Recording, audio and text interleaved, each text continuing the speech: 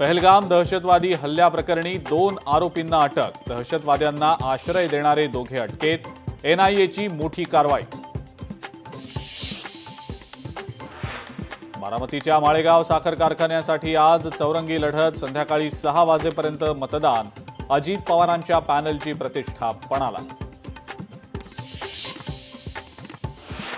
कोकण आणि घाट माथ्यावर आज जोरदार पावसाचा इशारा।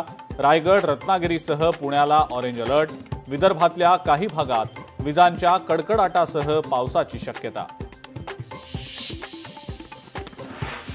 आणि आज संत ज्ञानोबा आणि तुकोबांची पालखी पुण्यातून मार्गस्थ होणार। विठूनामाच्या गजरात दिवे घाट दुमदुमणार। आज ज्ञानोबांची पालखी सासवड तर तुकोबांची पालखी लोणी काळभोरला मुक्कामी।